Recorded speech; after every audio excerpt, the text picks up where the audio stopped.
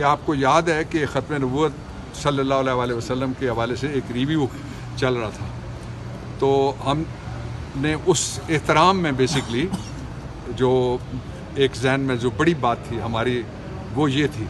और दूसरा ये है कि जो पाकिस्तान के लोग हैं, मैं सबसे दरख्वास्त करना चाहता हूँ कि ज़रूरी नहीं है कि किसी के कॉल का इंतज़ार मत करो। अपने पेट की कॉल सुनो, अपने बच्चों की चीख की कॉल सुनो, अपने घर में पानी जिसमें नलके में नहीं आता उसका बिल देते हो उसकी सीटी की कॉल सुनो, अपने बुझते हुए चूल्हे की कॉल सुनो, और अपने घर में ख़त्म हुए राशन की कॉल सुनो। ये जालिम जाबिर गासिब इनके लिए छोटा लफ्ज़ है, ये अवाम के कातिल हैं सही मानों में। सर पीपल्स पार्टी को कहाँ देख रहे हैं इन सब में? वो भी तो इनका हिस्सा है। आज के जो केस हैं जी, वो उनके अंदर एक मीनिंगफुल ऑर्डर पास करेंगे थोड़ी देर में जस्टिस गुल साहब, और वो लार्जर बेंच को रेफ़र हो गया, 3 रुकनी लार्जर बेंच, वो मंगल वाले दिन उसको सुनेगा। जो उसमें प्रोग्रेस हुई है अदर दैन दी आर्ग्यूमेंट्स जो हमने किए वो 3 तरह की है। एक प्रोग्रेस तो ये हुई है कि मैंने बताया अदालत को कि ये तो लिखा हुआ है कि कम अज़ कम इंस्पेक्टर या सब इंस्पेक्टर तफ्तीश करेगा, ये कहाँ लिखा हुआ है कि IG नहीं करेगा। मैंने कहा ये आप तफसील तलब करें। इस्लामाबाद जिसकी 2 मिलियन की आबादी है, पिंडी तहसील का 1/3 हिस्सा है, साबिक और थोड़ा सा हज़ारा शामिल हुआ था इसमें, उसमें कितने एडिशनल IG हैं, कितने AIG हैं, कितने SSP हैं, कितने SP, आप हैरान हो जाएंगे। और उन्होंने फिर IG को इस ग्राउंड के ऊपर कि वो तफ्तीश सब इंस्पेक्टर के बजाय, मैंने कहा वो ख़ुद करनी चाहिए उसको। एक दूसरा, उन्होंने सख्त जो अफसोस का इजहार किया और रिमार्क्स दिए जो शोबाज प्राइम मिनिस्टर ने अदालत के अहकामात के साथ जो कुछ किया है।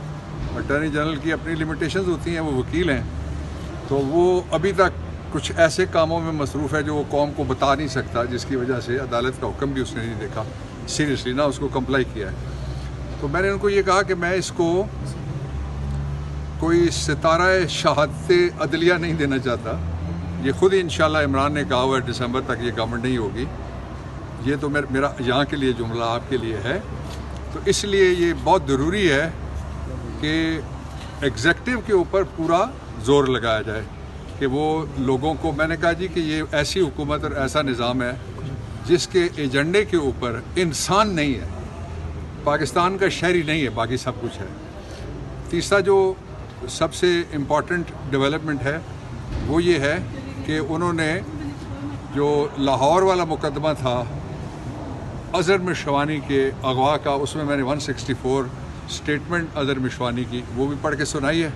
तो उन्होंने कहा कि इस मुकदमे में इंटरम चालान जो है वो पेश किया जाए।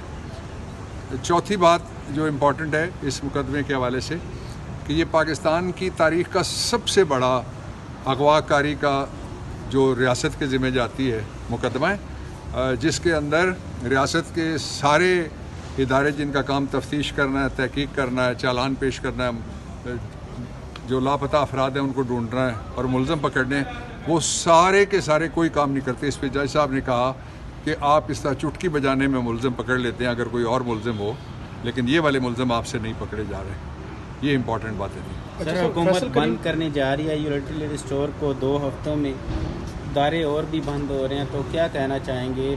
पहले तो इन्होंने बिजली के बिलों पे चीखें निकलवाई आवाम की, अब जैसे कह रहे हैं कि शोबाज का, तो आप बताइएगा। देखें, ये जो सारा कुछ बंद होगा, पाकिस्तान में कुछ भी नहीं चल सकता। ये हुकूमत आर्जी निज़ाम और रजीम चेंज के बाद लाए गए लोग ये चलेंगे तो पाकिस्तान नहीं चल, ये साबित हो गया।